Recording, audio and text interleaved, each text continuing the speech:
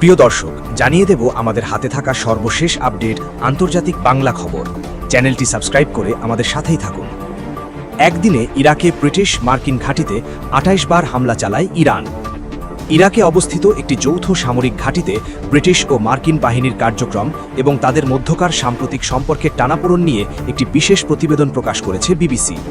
ওই ঘাঁটিতে অবস্থানরত ব্রিটিশ রয়্যাল এয়ারফোর্সের এক বিশেষজ্ঞ জানান, ইরান ও পশ্চিম শক্তির সংঘাত চলাকালে এই ঘাঁটিকে লক্ষ্য করে ভয়াবহ হামলা চালানো হয়েছিল। এক পর্যায়ে দৈনিক গড়ে ২৮টি পর্যন্ত ড্রোন ছোড়া হয়েছিল এই স্থাপনা লক্ষ্যে। যুদ্ধের সেই বিভীষিকা বর্ণনা করতে গিয়ে তিনি বলেন, চারিদিকে ধ্বংসাত্মক অস্ত্রের বিস্ফোরণ শোনা এবং সেই পরিস্থিতির মোকাবিলা করা অত্যন্ত কঠিন একটি অভিজ্ঞতা। দীর্ঘদিন ধরে এই ঘাঁটিতে দুই দেশের বাহিনী ইসলামিক স্টেটের বিরুদ্ধে একসঙ্গে লড়াই করে আসছে। তবে ইরানের সাথে চলমান যুদ্ধকে কেন্দ্র করে ওয়াশিংটন ও ওয়েস্টমিনিস্টারের উচ্চ পর্যায়ের রাজনৈতিক ভাষা এবং কূটনৈতিক অবস্থানে ভিন্নতার রেশ রয়ে গেছে।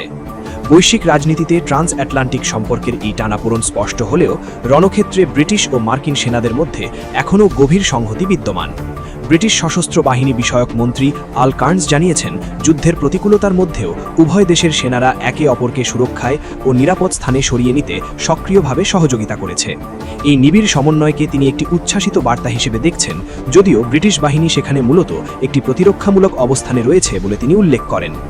Air chief marshal sir Harvey Smith জানান, মার্কিন কমান্ডারের সাথে তার আলোচনায় ব্রিটিশ বাহিনীর প্রতি উচ্ছ্বসিত প্রশংসা শোনা গেছে।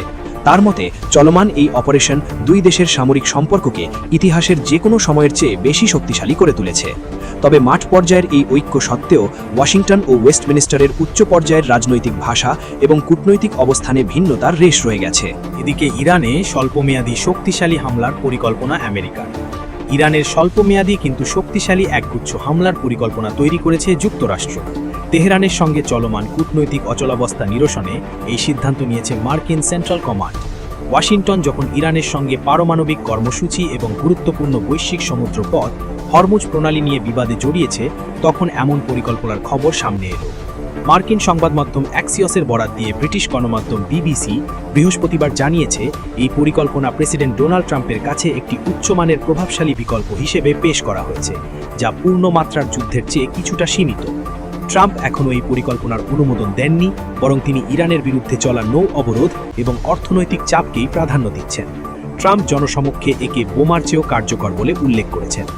নতুন পরিকল্পনায় যা আছে, সংবাদ মাধ্যমের প্রতিবেদন অনুযায়ী সেন্ট্রাল কমান্ডের এই পরিকল্পনায় ইরানের তেল রপ্তানি স্থাপনা, সামরিক ঘাঁটি, কমান্ড সেন্টার ও আঞ্চলিক মিলিশিয়া নেটওয়ার্কের মতো অবকাঠামোগুলো লক্ষ্যবস্তু করার প্রস্তাব দেওয়া হয়েছে। লক্ষ্য হল দীর্ঘদিন ধরে বোমা বর্ষণ না করে দ্রুত বড় ধরনের ক্ষতি করা, যাতে তেহরান যুক্তরাষ্ট্রের শর্ত মেনে আলোচনায় বসতে পারে। আরেকটি পরিকল্পনায় হরমুজ প্রণালীর কিছু অংশের নিয়ন্ত্রণ নেওয়ার কথা বলা হয়েছে, যার জন্য স্থল অভিযানের প্রয়োজন হতে পারে। অবরোধ নাকি কূটনীতি? শান্তি আলোচনা স্থবির হয়ে পড়ার পর এবং হরমুজ প্রণালী আংশিক খুলে দেওয়ার বিষয়ে ইরানের ৩ স্তরের শান্তি প্রস্তাব যুক্তরাষ্ট্র প্রত্যাখ্যান করার পর এই হামলার পরিকল্পনাটি সেন্ট্রাল কমান্ড সামনে এনেছে যুক্তরাষ্ট্র। ট্রাম্প এখনও নৌ অবরোধের উপরই ভরসা রাখছেন, তবে কূটনীতি পুরোপুরি ব্যর্থ হলে যে কোনো সময় সামরিক আঘাত হানার পথ খোলা রেখেছেন। হাইপারসনিক মিসাইল মোতায়েন। ব্লুমবার্গের প্রতিবেদনে দাবি করা হয়েছে, সেন্ট্রাল কমান্ড ইরানে হামলায় ব্যবহারের উদ্দেশ্যে পেন্টাগনের কাছে মধ্যপ্রাচ্যের সেনাবাহিনীর ডার্ক ইগল হাইপারসনিক মিসাইল মোতায়েনের অনুরোধ করেছে। এটি মার্কিন সেনাবাহিনীর প্রথম মোতায়েনযোগ্য হাইপারসনিক অস্ত্র, যা শব্দের চেয়ে ৫ গুণ বেশি গতিতে ১৭২৫ মাইল দূরত্বে আঘাত হানতে সক্ষম।